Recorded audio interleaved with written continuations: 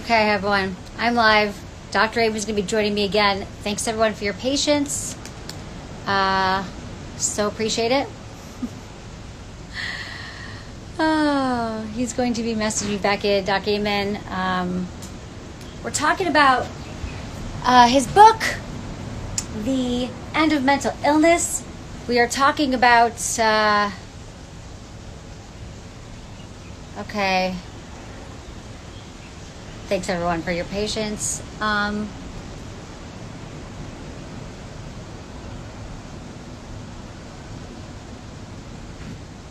Draiman.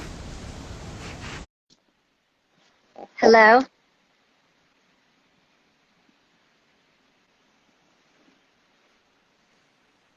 Hi. Can you hear me? I can hear you better. Yay! This is so much better. Thank you for your patience. A lot of people are asking questions. They're asking questions about your brain scans. We're going to get into that in a minute. But this is Dr. Amond. If you guys are just joining us, his book is The End of Mental Illness. We did a wildly popular podcast at Sex with Emily that we've posted everywhere on all of our platforms so people can check that out as well. So thank you for joining me. We posted that first part. But so we were talking about, now that we've got this connection here, your advice for kids, which I thought were great. So can we just start over about how to be conscious with your kids right now?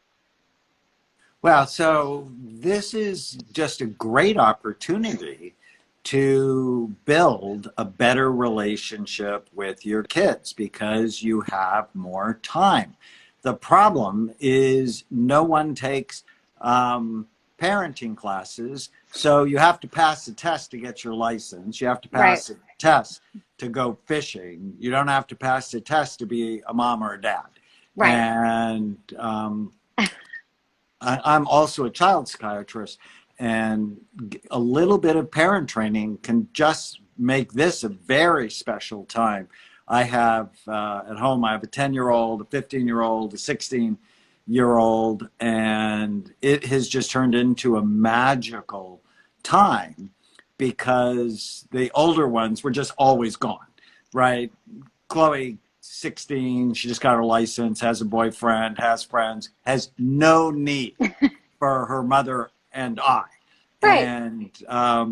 And initially, she sort of thought she was being punished by being forced to stay home. I mean, she sort of had the adolescent mindset, well, I'm going to live forever. What's the big deal? And, you know, but after a few days and she settled down, we're having longer dinners. We do more things together. We're just having a very special time. Now, if your children are driving you crazy, you want to be really goal-oriented. So what do you want as a mom or dad? What do you want for them? Bonding, so important. We were talking about special time. Yeah. Just every day, 20 minutes with each of them and do something they want to do. And during that time, no commands, no questions, no directions. It's bonding time. And so if you're playing a game and they cheat, you have to remember the rules. No commands, no questions, no directions. And it's like, oh, I see you've changed the rules of the game. And you cheat. And now during like family time, if they're cheating, you know, there's going to be consequences for that. Right. But not during special time. And if you mix special time with active listening, when a child says something, rather than tell them they're wrong or talk over them, which too many people do, repeat back what you hear and then listen for the feelings behind what you hear. And all of a sudden, you're going to be in completely different conversations than you thought you would. And this is how therapists work. Well, exactly. And this is something I think we should demonstrate. I cannot emphasize that point enough for everyone, for parents, for friends, being a host, being a therapist. Even sometimes we forget. I cut people off all the time. And when I remember the practice of active listening. So let's do a little role play here. So let's show them with your kid. How do you do active listening? Because I think that people don't know. They really don't. So if my start child this right now, okay, came home and said, I want to have blue hair. I mean, I don't know what your father would have said, but You I know can't what get blue mine hair. Yeah, would have said. As long as you live in this house, you're not going to have blue hair. right. There's just no way. But what does that do? It just sets up a fight, or it shuts them up, and you don't want either one. So active listening teaches you, oh, you want to have blue hair, and then be quiet so they will continue the conversation. So I might, instead of saying under my roof, you will not have blue hair, I have to catch myself and say in the most neutral way possible, oh, tell me more. So you want to have blue hair. I'm hearing you say you want to have blue hair. And then what?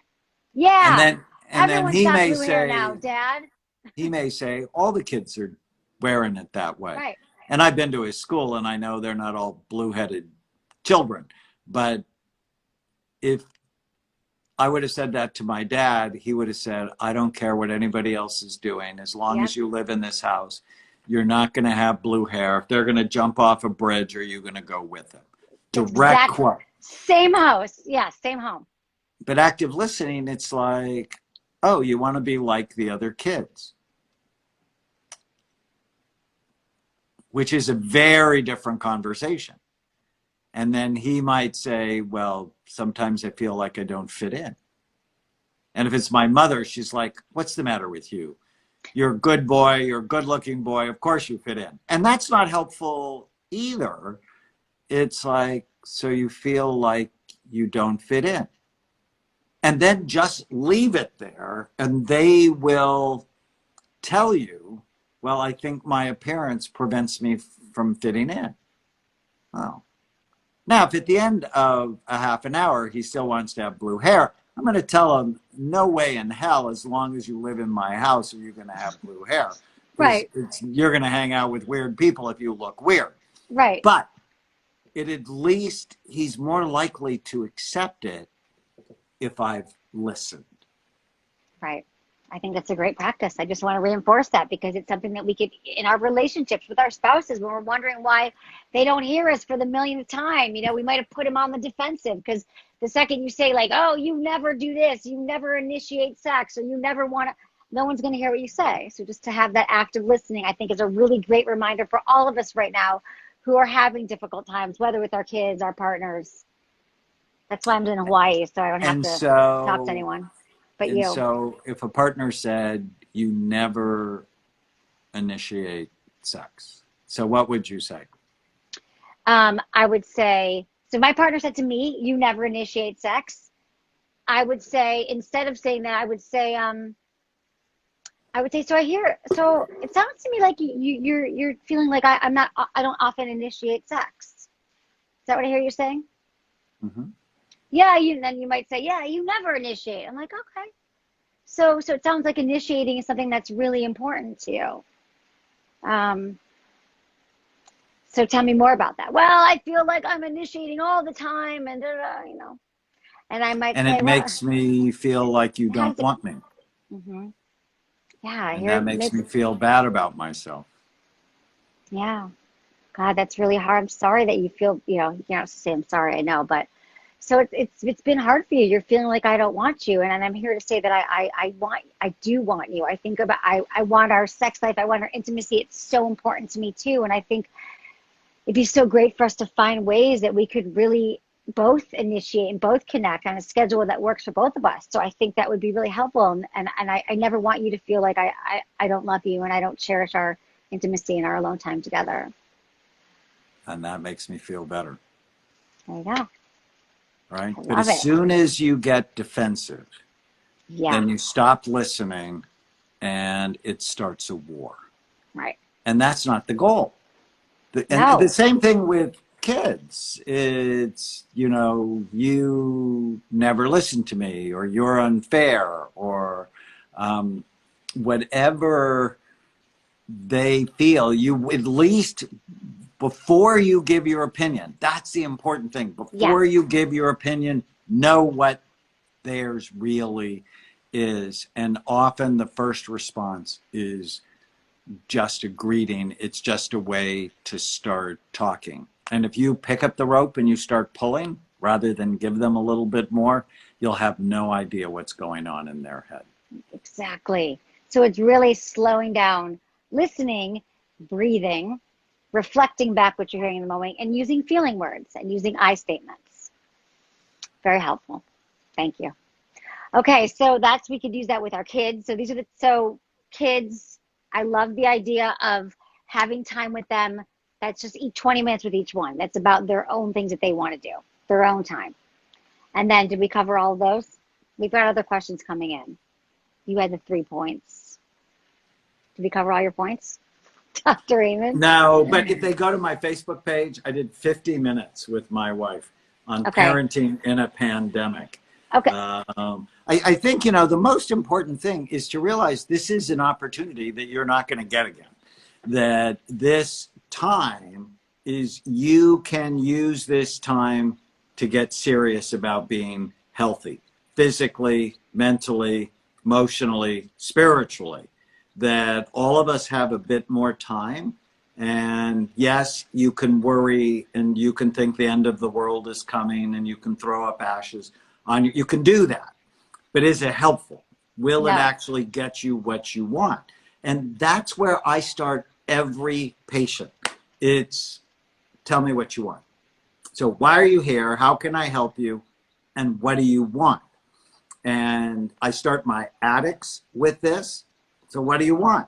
Is your behavior getting you what you want? I start parents with this. I start couples with this, because it starts in the front part of your brain. So the front third of your brain, it's called the prefrontal cortex, largest in humans than any other animal by far. It's 30% of the human brain, 11% of the chimpanzee brain, so they're not as good at planning, 7% of your dog's brain. My cat, Miso, it's 3% max. He has no planning skills except I'm hungry and pet me. That's it. I'm hungry, pet me, entertain me. That's it. But because we're human, we can plan. And so what do you want as a parent? What do you want in your relationships? What do you want at work? What do you want with your money? What do you want with your physical, emotional, spiritual health? What do you want? And then you go, is my behavior getting me what I want with my relationships, my money, my work, physical, emotional, and spiritual health? I have an exercise with people I do called the one-page miracle. On one piece of paper, write it down. And then, every time I see someone, so I want you to do this, it's write it down. And then you tell me, is your behavior getting you what you want? And if it's not, we're going to work on that. Right. Well, I would like to talk about, because people are asking about your brain scans, and I did. So you were on my podcast recently. We've met before, but doing this for your book, The End of Mental Illness, which it came out a few weeks ago. Everyone's got time to read now. I think everyone has to get your book, because it is a game changer, I think, in the way we think about mental illness. And I came to see you at your office, and you asked me these questions. And I don't have many things with me here in Maui, because I thought I didn't know I was going to be here forever. But I brought your Bright Minds. I brought this risk factors about how we can kind of, like, this is your basically your way that we can look at having a healthy brain. I had a hunch that my prefrontal cortex wasn't the healthiest it could be. I've been in therapy my entire life, in and out of therapy, and tried a lot of different modalities, EMDR therapy, group therapy, medications. And I thought, well, I've never had my brain scanned. And it made so much sense to me that if all the, in all the other modalities or every other doctor I've seen, when I hurt my knee, I had my knee scanned, right? I had an MRI, for other parts, for my back, when my back hurt, broke a finger, but not for my brain. So I came to see you. You did ask me what I want. We had a lot of progress. I've been following Bright Minds. We could talk a little bit about how people we could talk about the brain scan process. I don't know if I want to show my brain scan, but I have been doing everything that you've told me to do. I've been taking your supplements every day. Inflammation's important. We could talk a little bit about what people could be doing right now for Bright Minds. I'm going to post a picture of this after so everyone can see it. I'll put it on the story. But I'm literally have it hanging in my hotel room, making sure that I am being healthy and following all this so I could stay on path so my brain can be healthier. So we looked at your brain. We did look at my brain. How would I know what to do for you unless I looked. So I've been a psychiatrist nearly 40 years, and I'm pretty furious with my profession because we're the only medical doctors who never look at the organ we treat. And so we guess, and we're not as helpful as we could, because the brain is an organ, just like your heart is an organ. Can you imagine a cardiologist coming up with a treatment plan without looking at your heart? No. Be malpractice. Or if your back hurt, the orthopedic doctor didn't do an MRI of your back, that'd be malpractice. But yet you can be homicidal, suicidal, distracted, obsessive, traumatized, and nobody's looking at the physical organ that creates all of those emotional states. And so about 30 years ago, I started looking at the brain, changed everything I did as a psychiatrist. I realized, get your brain right and your mind follows. So that's the whole idea behind the end of mental illness. These aren't mental, they're brain. We need to stop shaming people, because no one really wants to see a psychiatrist. No one wants to be labeled as defective or abnormal, but everybody wants a better brain. So what if mental health was brain health? And then the poster you showed, I'm so happy you're going to post it. I am going to post it right after, you guys. Bright Minds. It tells me everything to do for a healthy brain. Yes. So what I learned is, if you want to keep your brain healthy or rescue it if it's headed to the dark place, you have to prevent or treat the 11 major risk factors that steal your mind. And we know what they are, and understanding them and treating them is critically important. So Bright Minds is the mnemonic. So for example, the H is head trauma. And your brain is soft, about the consistency of soft butter. Your skull is really hard and has sharp, bony ridges. Mild traumatic brain injuries damage people's lives, and nobody knows about it because nobody's looking at the brain. And that's insane. Hold on, it's kind of freezing here. I want to move you inside. I don't know why. Can you hear me now? I can hear you now. Okay, it's going off. Okay. No one's looking at the brain. Okay, keep going. I got you. So no one's looking at the brain, and that's insane. So the first thing I wanted to do after I talked to you, and we took a really detailed history so I can get the story of your life. Yes. And then I looked at your scan, and it showed you had sleepy frontal lobes, like you said. And like, it's our job to strengthen them, to try to understand why and prevent them from being sleepy. And then sleepy you frontal lobes, are more likely to get what you want. Right. Right. Okay. So I've been doing that. I did the oxygen chamber. I can't do, well, I could probably find a place in Hawaii when everything opens up again. But it was very helpful. I mean, I feel like we're going to continue to monitor my situation. We'll continue to talk about it. But people are asking us some questions as well about, like, why, I mean, how is this possible? Like, just that not everyone can scanning brains. People are asking me, like, is the insurance companies covering it? Like, is this really, like, legit? How can people find out more about it? I mean, they can definitely get your book, The End of Mental Illness. But could they come see it? Yes, and somebody posted they read my book, Unleash the Power of the Female Brain, which I'm grateful for. And someone asked me where we are. We have 8 clinics around the country, so they can go to amenclinics.com. Sometimes insurance covers it, sometimes it doesn't. It's not standard. Why? Because what's standard is making diagnoses based on symptom clusters with no biological data. And if I'm right, and I am, that 40,000 psychiatrists could be doing better. Because I think so many people diagnosed with bipolar disorder actually don't have it. What they have are the effects of traumatic brain injury that may have happened 20 or 30 years before, and it damaged a part of their brain that helps them with mood stability. And so you know, some of my critics will go, oh, there's not enough science. But in the book, actually, there's 1,084 references. It's like, okay, you tell me that there's no science. There's a lot of science. And the imaging led me to be a different kind of psychiatrist, where I have to get the physical health of your brain better. And when I get the physical health of your brain better, you are happier. You are better in relationships.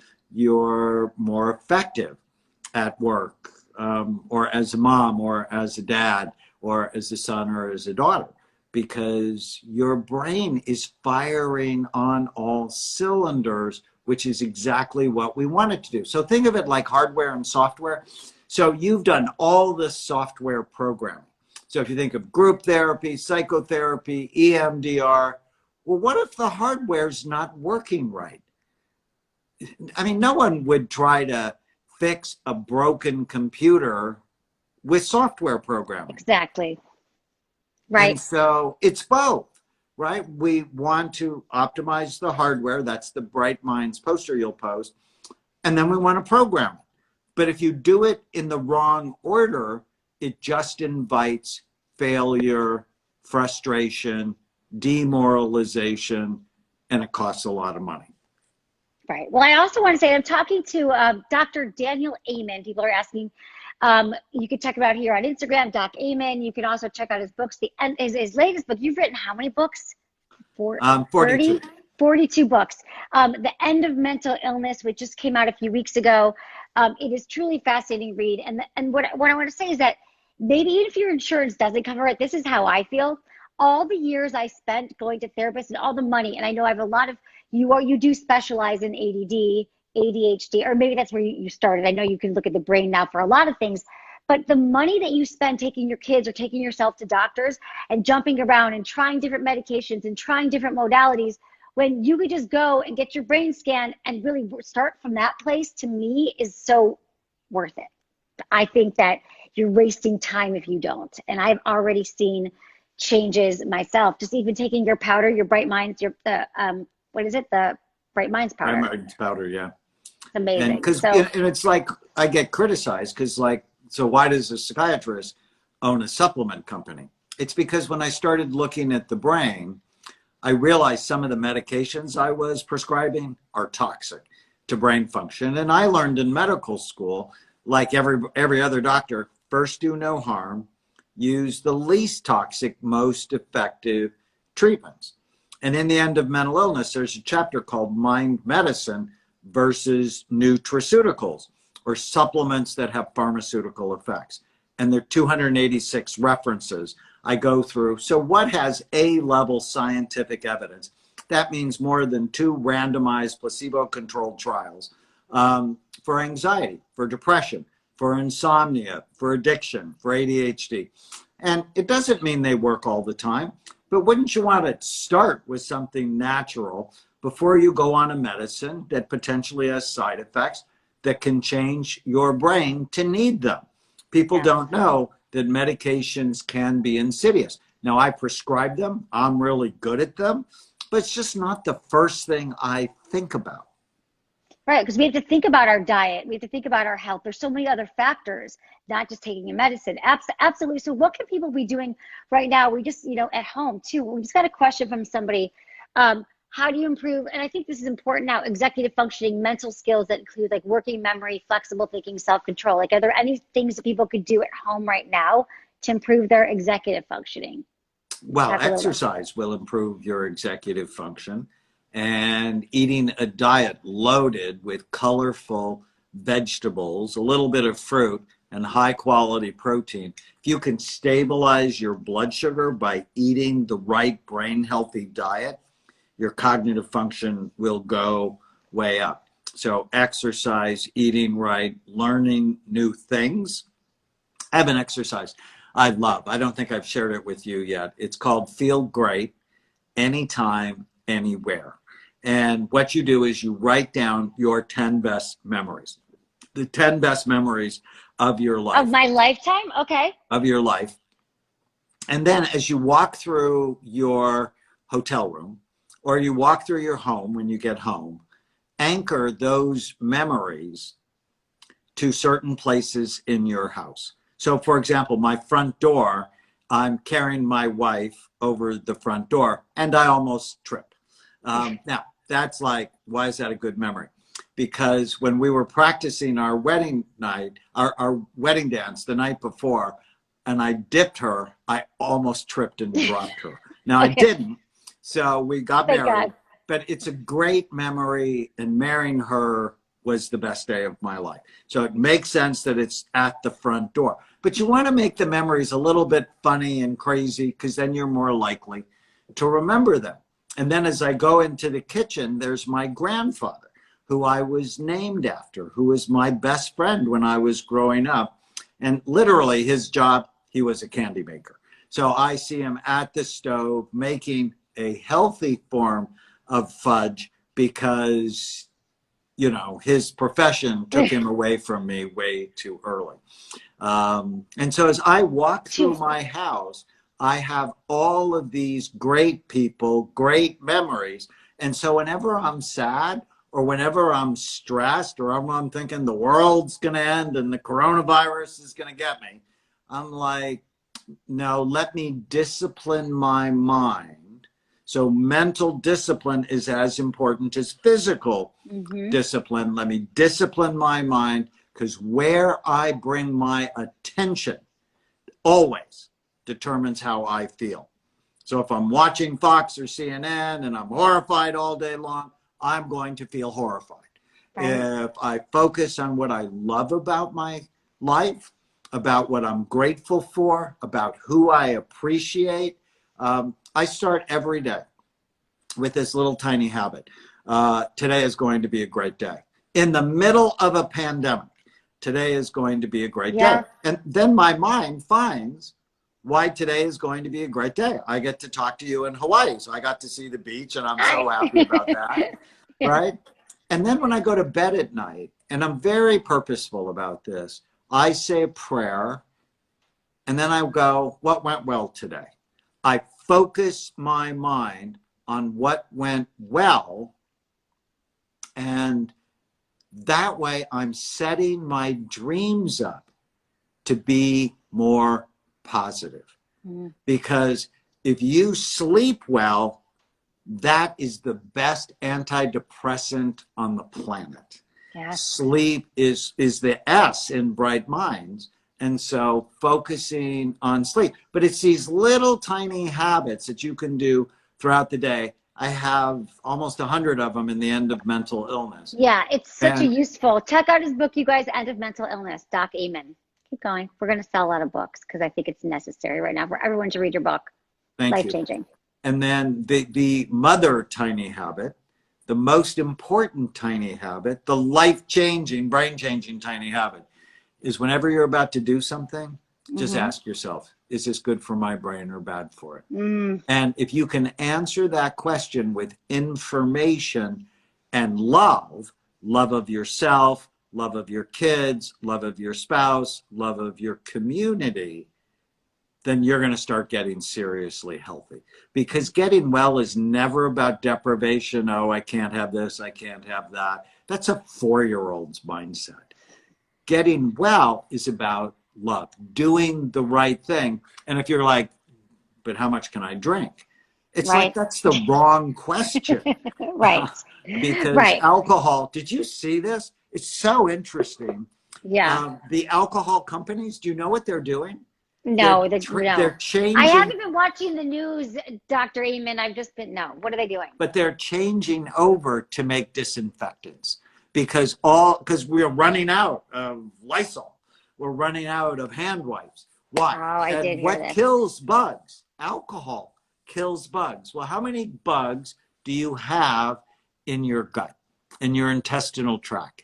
You have 100 trillion bugs. And they make neurotransmitters and they digest your food, and they're critical to your immune system. That's sort of important now. And alcohol is directly toxic to the microbiome or the bugs in your gut. And so less is better. And I know people are going, well, how much can I drink and not hurt my Right. They're brain? like, okay, fine. Right. Exactly. How much can they drink? Yeah, 2 normal sized glasses a week. And people who drink every day have smaller brains. It's And when it true. comes to the brain, size matters. The only organ where size matters is Yes. your brain. Oh God. Okay. So true. And then what I'm loving about all these exercises, because especially the anchoring around your house, like coming up with positive memories, and because I've heard you talk about that exercise before. I think someone was quoting you on it. But if you were all in our home and we were quarantined and we're like, there's my kitchen, there I'm staring at the same wall, I'm going into the bedroom. If you could really write down, we hang up those 10 memories that you have, and literally think of a way, like when you're looking in the bathroom and you're like, bathroom, you know, or not, bathroom's maybe a weird one, but anywhere you could do it. Yeah, bathroom, my great Aunt Barbara, like do the name alliterations, like the B. My Aunt Barbara always showed me how to put lipstick on in the bathroom mirror. And now I'm remembering Barbara. It just helps so much because we have to learn. And I love all your little tools to get on our minds right now with the ants. The automatic negative thoughts have been so helpful for me as well. Realizing that my thoughts are not serving me and they're not true. Writing them down every day. These can really help people right now. And then before we go to bed, making sure your last thoughts are not, you know, something that you heard on the news or some terrifying, you know, loop in your head, but you're actually thinking of what you're grateful for. Or some people don't love the word grateful. It could just be what you're appreciative of. I'm Well, just trying to make this appreciation work. is gratitude squared. People, Because but if I great, yeah. reach out and say, thank you for doing this with me, I take Thank my you. gratitude for you and then I build a bridge to another person. So appreciation is twice as powerful as gratitude. And I'm a fan of both of them, but I'm a fan more of appreciation because it builds. Right, exactly. Oh, Dr. Amen, thank you so much for being here. I appreciate it. We're going to do this. People are asking, is red wine better? We've got a lot more No. questions. What about real thing though, about anything about sex and intimacy we can talk about at this time before we go, real quick? How Well, important is sex no and intimacy? forethought. So taking care of your brain, you're going to get more sex. Because I always say no forethought equals no foreplay. That relationships, I mean, it requires us to be our best selves.